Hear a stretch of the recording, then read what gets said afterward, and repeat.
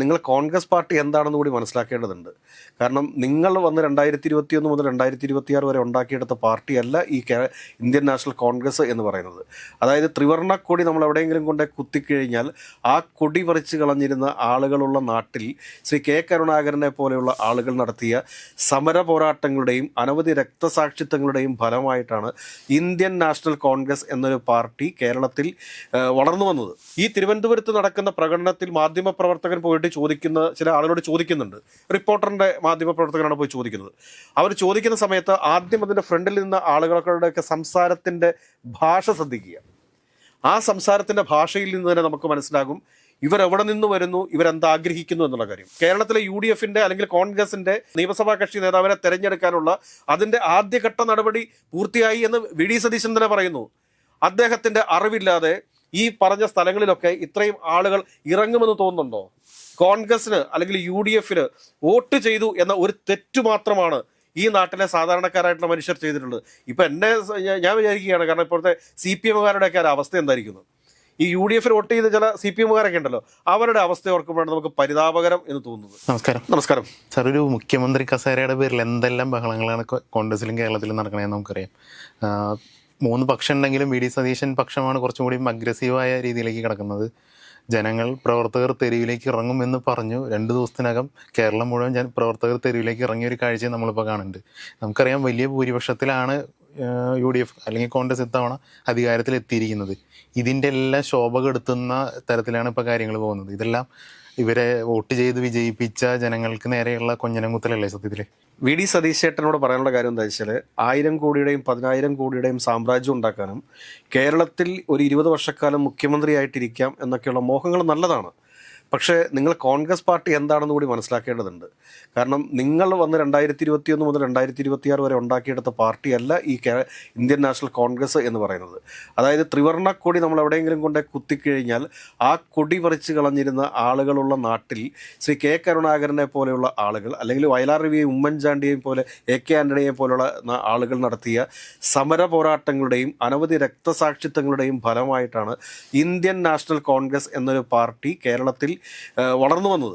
ആ ഒരു യാഥാർത്ഥ്യബോധം താങ്കൾക്ക് ഉണ്ടാവണം. അതല്ലാതെ കഴിഞ്ഞ 5 വർഷമായിട്ടാണ് താങ്കളാണ് കേരളത്തിൽ പാർട്ടിയെ ഉണ്ടാക്കിയത് എന്ന് പറഞ്ഞു കഴിഞ്ഞാൽ താങ്കൾ കഴിഞ്ഞ 5 വർഷമായിട്ട് കേരളത്തിലെ ഈ പാർട്ടിക്ക് വേണ്ടിയിട്ട് ഒന്നും ചെയ്തിട്ടില്ല. ഈ പാർട്ടിയെ ഉണ്ടാക്കാൻ വേണ്ടിയിട്ട് ശ്രമിച്ചിട്ടില്ല. ഈ പാർട്ടിയുടെ ജില്ലാ കമ്മിറ്റികളുടെ പുനഃസംഘടനയും KPCCയുടെ പുനഃസംഘടനയും തടഞ്ഞു വെക്കുകയും KPCC പ്രസിഡന്റിനെ പരസ്യമായിട്ട് വേദിയിൽ വെച്ച് അപമാനിക്കുകയും ചെയ്തിട്ടുള്ള പ്രതിപക്ഷ നേതാവാണ് VD സതീശൻ എന്ന് പറയുന്നത്. അപ്പോൾ ഈ പ്രകടനങ്ങളൊക്കെ നടക്കുന്ന സമയത്ത് അദ്ദേഹത്തിൻ്റെ ഒരു വേദബോധം വന്നിട്ടുണ്ട്. അതേറെ പ്രതീക്ഷ നൽകുന്ന ഒന്നാണ്. അതെന്താണെന്ന് ചോദിച്ചു കഴിഞ്ഞാൽ 102 സീറ്റുമായി കോൺഗ്രസിൻ്റെ UDFിൻ്റെയും ചരിത്രത്തിലെ ഏറ്റവും വലിയ വിജയമാണ് നമ്മൾ നേടിയത്. കോൺഗ്രസ് നിയമസഭാ കക്ഷി നേതാവിനെ തിരഞ്ഞെടുക്കുന്നതിനുള്ള ആദ്യഘട്ട നടപടികൾ പൂർത്തിയായി. 2ാം ഘട്ട നടപടികളിലേക്ക് AICC കടക്കുന്നു. നമുക്കിത് സന്തോഷത്തിൻ്റെയും അഭിമാനത്തിൻ്റെയും നിമിഷങ്ങളാണ്. ഇത്തരമൊരു സാഹചര്യത്തിൽ പാർട്ടിക്കും മുന്നണിക്കും ബുദ്ധിമുട്ടുണ്ടാക്കുന്ന ഒന്നും നേതാക്കളുടെയും പ്രവർത്തകരുടെയും ഭാഗത്തുനിന്നും ഉണ്ടാകാൻ പാടില്ല. ചേരിതിരിഞ്ഞ് പ്രകടനങ്ങൾ നടത്തുന്നതും ഫ്ലക്സുകൾ സ്ഥാപിക്കുന്നതും ഒഴിവാക്കണം. അത്തരം നടപടികളിൽ നിന്ന് പ്രിയപ്പെട്ട കോൺഗ്രസ് UDF പ്രവർത്തകർ പിന്മാറണമെന്ന് സ്നേഹപൂർവ്വം അഭ്യർത്ഥിക്കുന്നു. VD സതീശൻ. ഇദ്ദേഹത്തിൻ്റെ Facebook പോസ്റ്റാണ്. ഞാനൊന്ന് ചോദിച്ചു കൊള്ളട്ടെ, ഈ പറഞ്ഞ ഈ 4-5 സ്ഥലത്ത് ഇപ്പോൾ നടക്കുന്ന ഈ പ്രകടനങ്ങൾ നോക്കിക്കഴിഞ്ഞാൽ തന്നെ നമ്മൾ കഴിഞ്ഞ ദിവസം പറഞ്ഞുകൊണ്ടിരുന്ന കാര്യങ്ങൾ അത് സത്യമാകുന്ന കാര്യങ്ങളാണ്. ഇപ്പം തിരുവനന്തപുരത്ത് നടക്കുന്ന പ്രകടനത്തിൽ മാധ്യമപ്രവർത്തകൻ പോയിട്ട് ചില ആളുകളോട് ചോദിക്കുന്നുണ്ട്. റിപ്പോർട്ടറിന്റെ മാധ്യമപ്രവർത്തകനാണ് പോയി ചോദിക്കുന്നത്. അവർ ചോദിക്കുന്ന സമയത്ത് ആദ്യം അതിന്റെ ഫ്രണ്ടിൽ നിന്ന ആളുകളുടെയൊക്കെ സംസാരത്തിന്റെ ഭാഷ ശ്രദ്ധിക്കുക. ആ സംസാരത്തിന്റെ ഭാഷയിൽ നിന്ന് തന്നെ നമുക്ക് മനസ്സിലാകും ഇവരെവിടെ നിന്ന് വരുന്നു, ഇവരെന്താഗ്രഹിക്കുന്നു എന്നുള്ള കാര്യം. അതിനുശേഷം പുറകിലേക്ക് വരുന്ന ആളുകൾ VD സതീശന്റെ പ്ലക്കാർഡ് പിടിച്ച ആ ഒരു പ്ലക്കാർഡ് കൊണ്ട് മുഖം മറച്ചു പോകുന്ന കാഴ്ച നമ്മൾ കണ്ടതാണ്. ഈ കാഴ്ച നമ്മൾ ഇതിനു മുമ്പ് കണ്ടിട്ടുള്ളത് എവിടെയാണെന്നറിയോ? പാലക്കാട് PV അൻവർ നടത്തിയ പ്രകടനമുണ്ട്. ആ പ്രകടനത്തിലാണ് നമ്മളിത് കണ്ടിട്ടുള്ളത്. മറ്റു പല സ്ഥലങ്ങളിലും നടത്തുന്ന പ്രകടനത്തിൽ വരുന്ന ആളുകളോട് ചോദിക്കുന്ന സമയത്ത് VD സതീശൻ അവർ തന്നെ ആവട്ടെ, ഇവർക്കൊന്നും ഇതിനെക്കുറിച്ച് കൃത്യമായ ധാരണകളുള്ള ആളുകളല്ല ഈ പ്രകടനത്തിൽ പങ്കെടുത്തിരിക്കുന്ന ആരും. ഇവരെല്ലാവരും എന്താണ് എന്ന് ചോദിച്ചു കഴിഞ്ഞാൽ അവരെ വിളിച്ചു, ഒരു വണ്ടിക്കകത്ത് കയറ്റിക്കൊണ്ട് വന്നു, അതിനുശേഷം അവിടെ പ്രകടനം നടത്തുന്നു. എനിക്ക് ഓർമ്മ വരുന്നത് എന്താണെന്ന് ചോദിച്ചു കഴിഞ്ഞാൽ പാലാ ബിഷപ്പ് പണ്ട് നാർക്കോട്ടിക് ജിഹാദിനെ കുറിച്ചൊരു പ്രസ്താവന നടത്തി.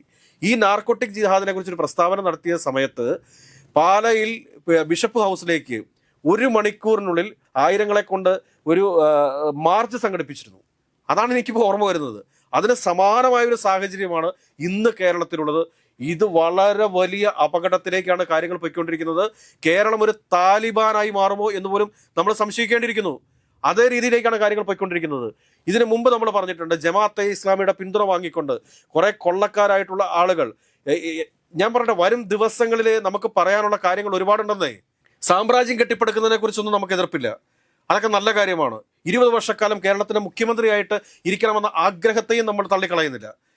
എന്നാൽ കേരളത്തെ കുട്ടിച്ചോറാക്കാൻ വേണ്ടിയിട്ട് വർഗീയവാദികളുമായിട്ട് കൂട്ടുപിടിച്ചുകൊണ്ട്, അതല്ലെങ്കിൽ നിരോധിത സംഘടനകളിൽപ്പെട്ട ചില ആളുകൾ ഇന്ത്യൻ നാഷണൽ കോൺഗ്രസിനകത്ത് നുഴഞ്ഞു കയറിയിട്ടുണ്ട് എന്ന് ഇതിനു മുമ്പ് എത്ര പ്രാവശ്യം നമ്മൾ പറഞ്ഞിട്ടുണ്ട്. നമ്മൾ മാത്രമാണോ പറഞ്ഞിരിക്കുന്നത്? എത്രയോ ആളുകൾ പറഞ്ഞിട്ടുണ്ട്. മുസ്ലിം ലീഗിനെ പോലെയുള്ള ഒരു രാഷ്ട്രീയ പ്രസ്ഥാനം അവരുടെ ഉത്തരവാദിത്തം ഈ അവസരത്തിലെങ്കിലും നിറവേറ്റണം. അവർ കൃത്യമായിട്ട് കാര്യങ്ങൾ പറയണം. എന്താണ് മുസ്ലിം ലീഗ് ബാബറി മസ്ജിദ് പൊളിച്ച സമയത്ത് എടുത്ത നിലപാടോ അതേ നിലപാട് ഈ അവസരത്തിൽ സ്വീകരിക്കാൻ തയ്യാറാവണം. വി.ഡി. സതീശന് വേണ്ടി തെരുവിലേക്ക് ആളുകൾ ഇറങ്ങി വരുന്ന സമയത്ത് അതെന്താണ്, എവിടെ നിന്ന് വരുന്നത്? KPCC വിലക്കേർപ്പെടുത്തിയിരിക്കുന്നു, AICC വിലക്കേർപ്പെടുത്തിയിരിക്കുന്നു. അതിൻ്റെ ഒരു സാധാരണ പ്രോസസ്സ് കേരളത്തിലെ UDFന്റെ അല്ലെങ്കിൽ കോൺഗ്രസിന്റെ നിയമസഭാ കക്ഷി നേതാവിനെ തെരഞ്ഞെടുക്കാനുള്ള അതിൻ്റെ ആദ്യഘട്ട നടപടി പൂർത്തിയായി എന്ന് വി.ഡി. സതീശൻ തന്നെ പറയുന്നു. അദ്ദേഹത്തിന്റെ അറിവില്ലാതെ ഈ പറഞ്ഞ സ്ഥലങ്ങളിലൊക്കെ ഇത്രയും ആളുകൾ ഇറങ്ങുമെന്ന് തോന്നുന്നുണ്ടോ?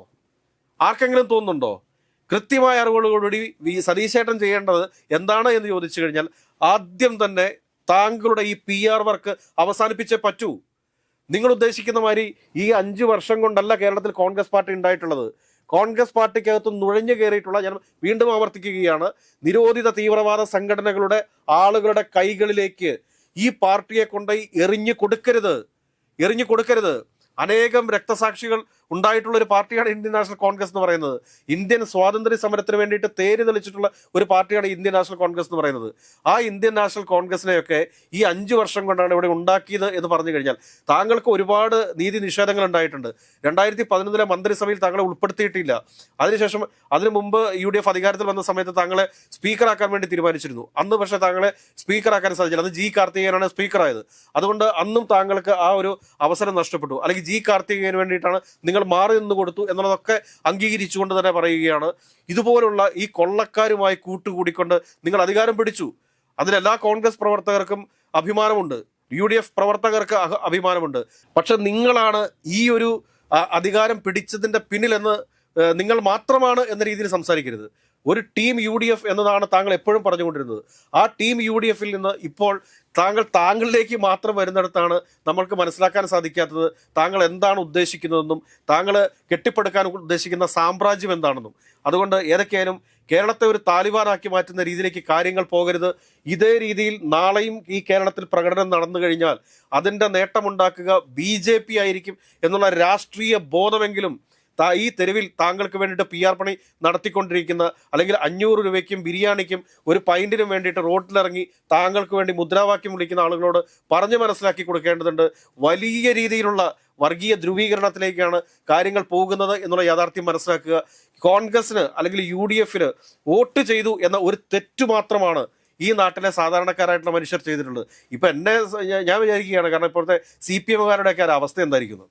ഈ UDFന് വോട്ട് ചെയ്ത ചില CPMകാരൊക്കെ ഉണ്ടല്ലോ, അവരുടെ അവസ്ഥ ഓർക്കുമ്പോഴാണ് നമുക്ക് പരിതാപകരം എന്ന് തോന്നുന്നത്. കാരണം ഒന്ന് ആലോചിച്ച് നോക്കിക്കേ, കാരണം അവരെ CPMനെ തിരുത്താൻ വേണ്ടിയിട്ടാണ് CPM അനുഭാവികളായിട്ടുള്ള കുറേ ആളുകൾ ഈ പറഞ്ഞ UDFന് വോട്ട് ചെയ്തത്.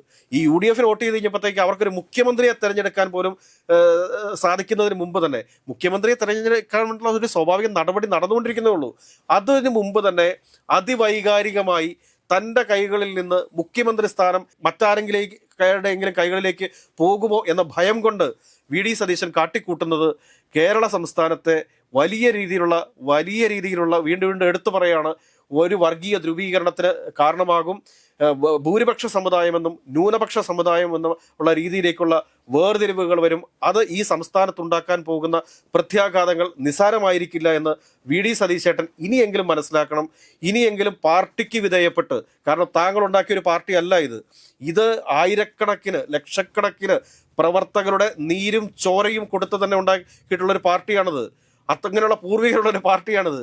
ആ പാർട്ടി കഴിഞ്ഞ 5 വർഷം കൊണ്ട് താങ്കൾ ഉണ്ടാക്കിയെടുത്തതാണ് എന്നൊക്കെയുള്ള അവകാശവാദവുമായിട്ട് വന്നു കഴിഞ്ഞാൽ ഇവിടുത്തെ സാധാരണ കോൺഗ്രസ്സുകാർ പോലും അത് അംഗീകരിക്കില്ല എന്നുള്ള കാര്യം മനസ്സിലാക്കുക.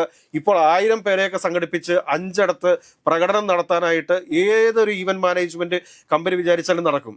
ആ റാലികളിലൊക്കെ മുൻപന്തിയിൽ നിൽക്കുന്ന ചില ആളുകളെ മാറ്റി നിർത്തി കഴിഞ്ഞാൽ അതിൻ്റെ പുറകെ വരുന്നതെല്ലാം ഈവൻറ്റിന് 500 രൂപയ്ക്ക് വരുന്ന ആളുകളാണ് എന്ന കാര്യത്തിൽ യാതൊരുവിധ സംശയവുമില്ല. വലിയൊരു വർഗീയ ധ്രുവീകരണത്തിന് താങ്കൾ വഴിയൊരുക്കരുത്. താങ്കൾ വളരെ കർശനമായ ഒരു ഇടപെടൽ ഇതിൽ നടത്തണം എന്നൊരു അഭ്യർത്ഥന മാത്രമാണ് ഈ അവസരത്തിൽ താങ്കളോട് പറയാനുള്ളത്.